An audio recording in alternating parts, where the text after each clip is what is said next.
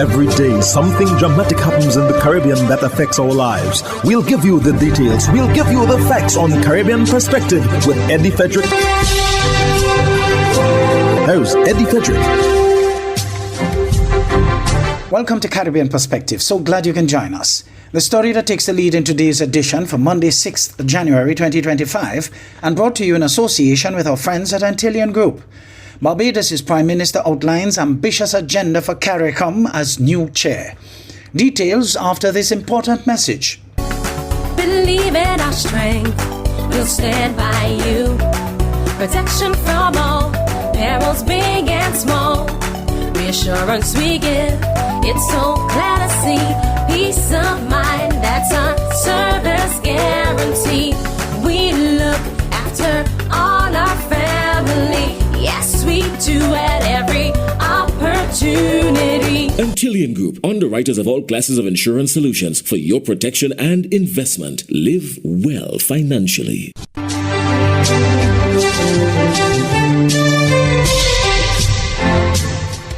Welcome back.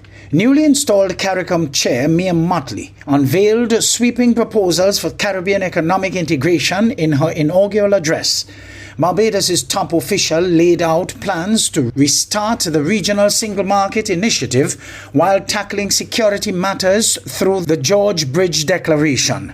Gina Felipe of HTS News Force reports. As CARICOM enters 2025, new chairman Prime Minister Mia Motley of Barbados outlined an ambitious agenda focused on regional integration and economic development. In her New Year's address, Motley called for resuming full implementation of the CARICOM single market and economy, forestalled by the COVID-19 pandemic.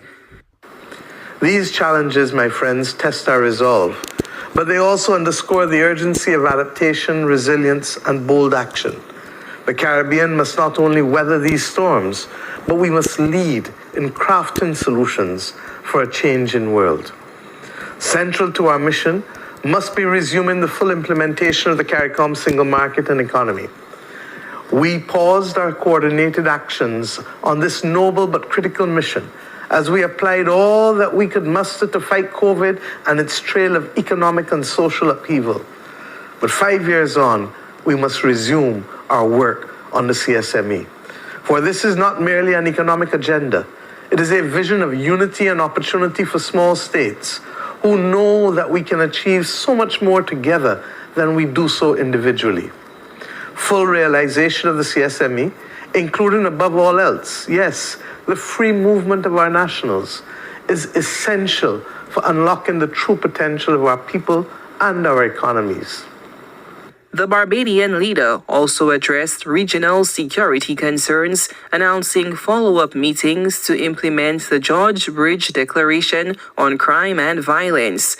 Motley highlighted the need for both national and regional solutions. This declaration, reached out in Georgetown, Guyana, under the chairmanship of Barbados, prioritizes citizen security and safety by addressing it as a public health challenge, while innovating and strengthening our efforts nationally and regionally in law enforcement and the modernization of our criminal justice systems. This is absolutely critical for the majority of our people who simply want to ensure that the zone of peace that we aspire to as a region for the Caribbean is a lived reality in each of our communities. Motley announced Barbados will host the region's premier cultural festival. My friends, my brothers and sisters, CariFesta 15 will be held in Barbados from August 22nd to 31st, 2025. I'm inviting you, God willing, to create, to participate, and simply to come. I speak to each and every one of us as Caribbean people, not just as members of CARICOM, but every one of the Caribbean people that I can hear my voice. Come. As we would say in Barbados, miss this and blame yourself. Food and fashion, music and dance, art, craft, sculpture, and good old Caribbean talk, from philosophy to attitudes, from religion to development. Let us use this as an opportunity to build resilience in our region, spiritually and psychologically. Each of us individually, let us gather and feed our souls and nurture our spirit The new CARICOM chair succeeds Grenada's Prime Minister, Dickon Mitchell. State prosecutors are traumatized over the assassination of their colleague, Randall Hector. Afraid their lives may be at risk, the prosecutors aren't ready to return to work in Trinidad and Tobago. As CNC3's Jensen Lavent tells us, Director of Public Prosecutions Roger Gaspard will meet with the attorneys to discuss the way forward. Following the assassination of their colleague Randall Hector on Wednesday, attorneys at the DPP's office say that they are afraid that they may be the next target. In a letter to Chief Justice Ivor Archie, Director of Public Prosecutions Roger Gaspard said his attorneys will not be at work for the rest of the week. The letter said the attorneys were traumatized by Hector's death. Hector was fatally shot around 7:30 p.m. on Wednesday night as he left the Seventh-day Adventist Church located on Stanmore Avenue, Queen's Park West. CNC3 News understands that attorneys who were at the office today were crying and too distraught to do any work. Gaspard tells CNC3 that he will be meeting with his attorneys tomorrow to discuss the way forward. He added that he will not comment any further until he meets with his attorneys. Gaspard had raised concerns about the safety of his attorneys when the government rented a building on Park Street for his office to relocate. After refusing to relocate, the government secured another building on St. Vincent Street for the office. The letter to the Chief Justice comes as the Law Association called for state attorneys to receive state protection. In a media release today, the Law Association said given Hector's role in the administration of criminal justice, particularly now during a state of emergency, there is an urgent need for the implementation of security measures for all prosecutors and judicial officers in the criminal justice system. The association condemned the killings, saying Hector was a well-respected member of the legal fraternity. The association added that the objectives of the state of emergency cannot be realized without the fearless efforts of the legal and judicial officers who are engaged in the criminal prosecutions of violent offenders. Jensen Lavend, CNC3 News. You're listening to Caribbean Perspective with Eddie Frederick, in association with our friends at Antillean Group, underwriters of all classes of insurance solutions for your protection and investment. Live well financially. Trinidad and Tobago's Prime Minister Dr. Keith Rowley will not be offering himself for the next general elections and has announced plans to step out of office before the end of this legal term. TTT News has more with Caricia Douglas through this report. Before the end of the legal limits of this term, I will resign this office and go off to my family. Prime Minister Dr. Keith Rowley announcing that he would be soon parting ways with politics.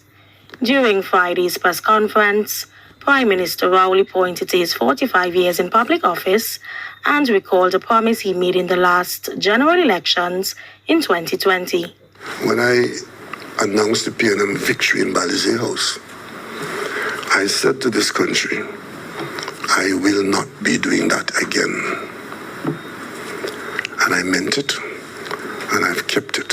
The People's National Movement is conducting screenings for the Tobago seats this weekend, and the cabinet will be in a retreat on Sunday and Monday. One of the things that they will be told is that I will not be offering myself again to represent anyone, either in Trinidad or in Tobago.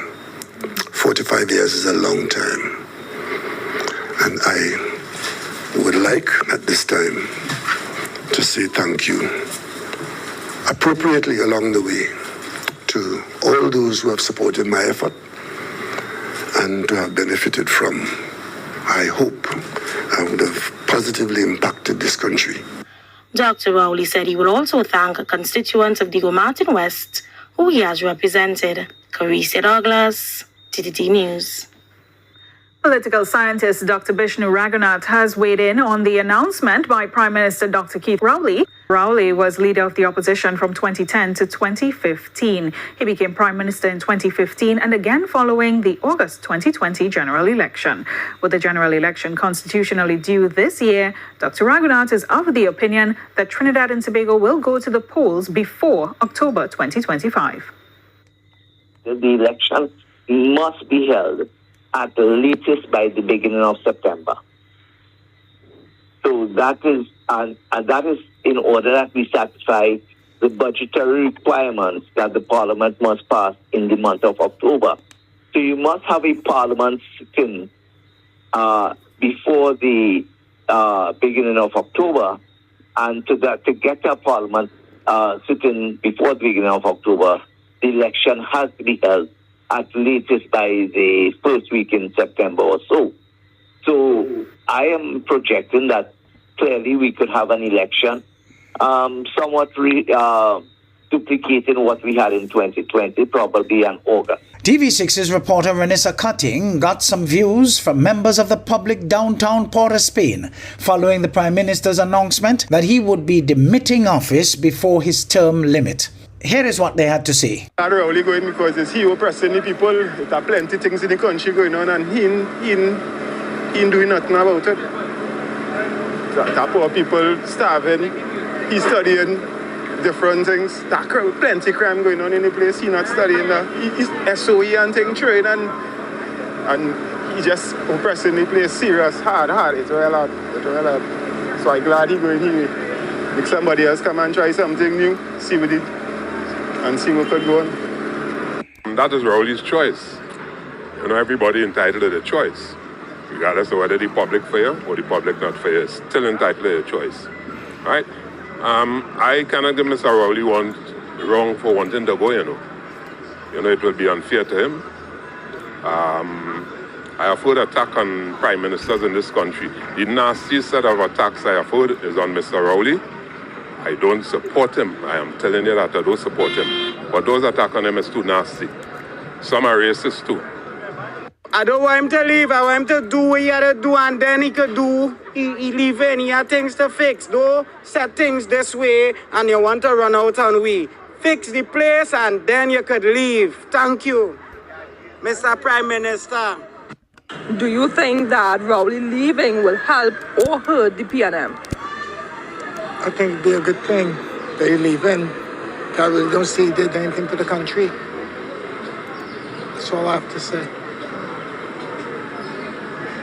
Who would you like to see lead the PNM?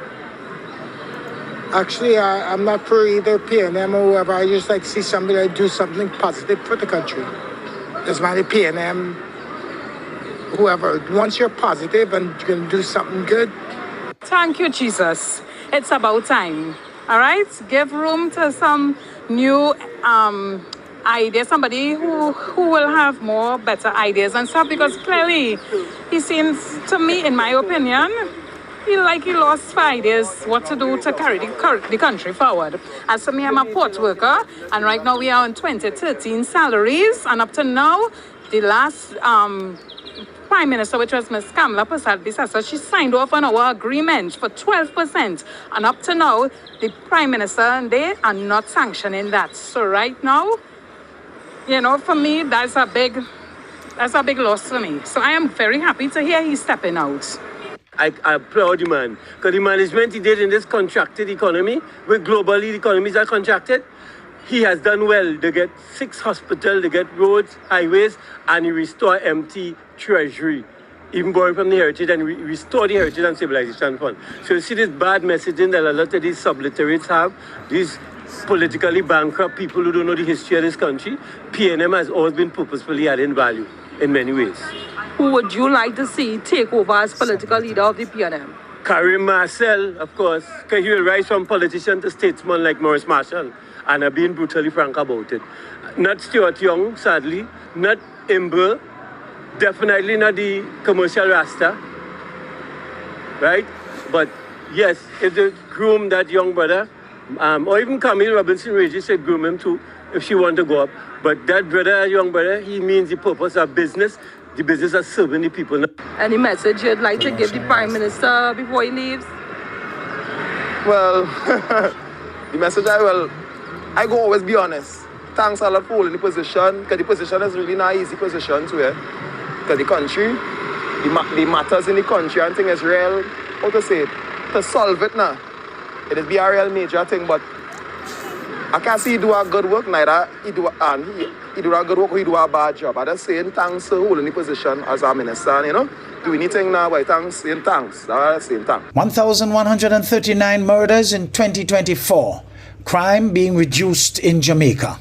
TVJ News has details. The country ended 2024 with 1,139 murders, a reduction of 265 when compared with the previous year.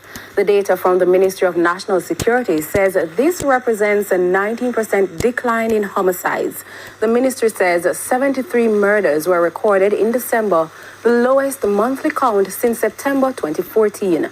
In the meantime, National Security Minister Dr. Horace Chang has extended commendations to the JCF for what he says was their exceptional performance last year, which resulted in a significant reduction in the national crime statistics and one of the safest Christmas seasons the nation has experienced in decades. Minister Chang says the government remains steadfast in its commitment to advancing a strategic investment in the police force, empowering the officers to build on their success and achieve even greater reductions in murder for 2025.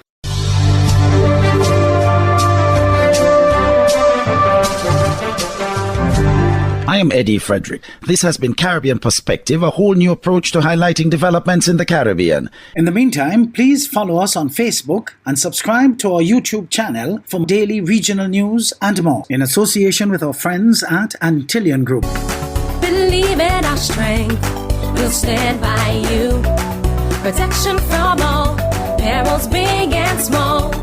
Reassurance we give, it's so clear to see. Peace of mind, that's our service guarantee.